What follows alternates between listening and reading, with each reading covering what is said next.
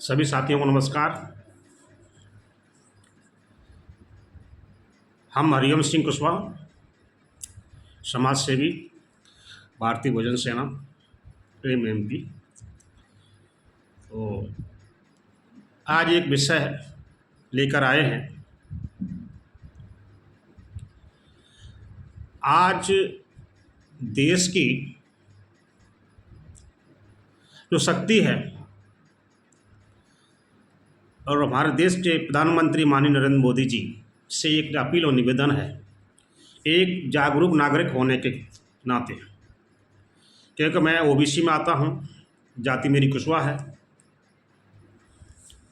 तो ये मेरी वीडियो मैंने इसलिए बनाई है, आप भागना मत, इस वीडियो से आप ज़रूर देखना।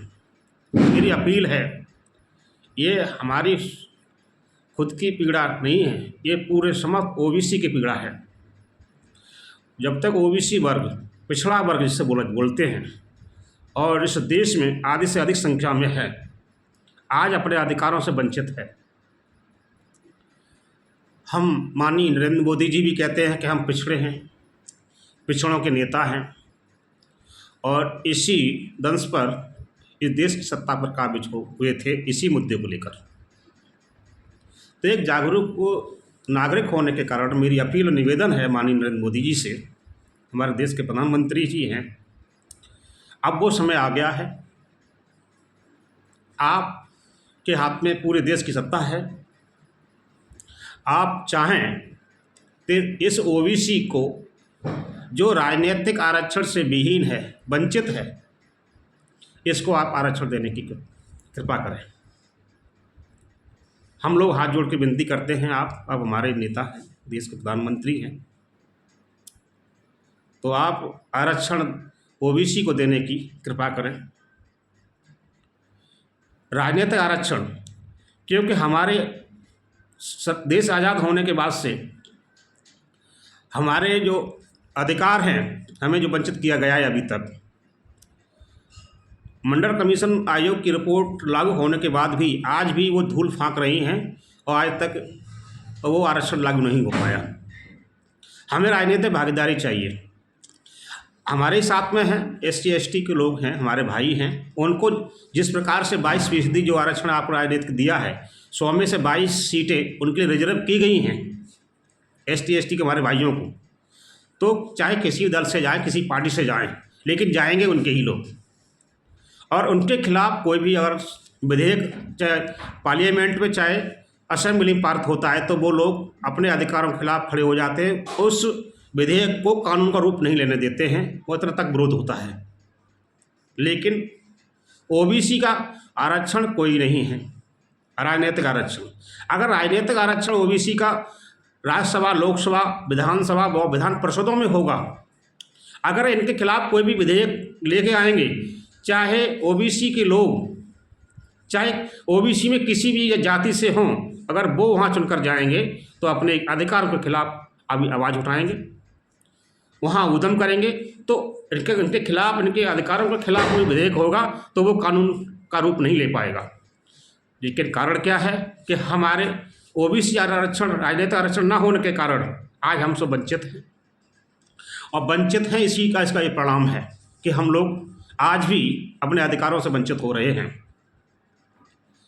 तो मैं, जितने भी लोग इस वीडियो को देखेंगे और देख रहे होंगे, मैं सबसे निवेदन करता हूँ, हाथ जोड़ के विनती करता हूँ कि इस वीडियो को इतना शेयर कर दो, माननीय नरेंद्र मोदी तक पहुँचे, और माननीय नरेंद्र मोदी जी इस वीडियो को देखें और उस पर विचार करें। क्योंकि ये पीड़ा मेरी अकेली व्यक्तिगत पीड़ा नहीं है, मैं पुनः फिर इस बात को कहता हूँ, ये पीड़ा समस्त ओबीसी के वर्ग के व्यक्ति की है। और आप ओबीसी के नेता बन के गए हैं, ओबीसी के आप अगुआ हैं, अभी देश के प्रधानमंत्री हैं, अपने आप को ओबीसी भी कहते हैं, तो आपको देने में क्या हर्ज हो रहा है? आपको देना चाहिए। कौन आपको रोक रहा है? आप सच्चे ओबीसी के व्यक्ति हैं, और मैं ये नहीं कह रहा किसी का हम हकमारी कर रहे हैं, हम अपने अधिकारों की बात कर रहे हैं। आपने हमें 27% दिया है। जो इस देश की न्याय पंचायत है, महान्याय पंचायत है, जो सुप्रीम कोर्ट है, उसमें मंडल कमीशन आयोग की रिपोर्ट के बाद हमें 70% आरक्षण दिया गया है। उन आरक्षणों को सही रूप से आप लागू कर दो।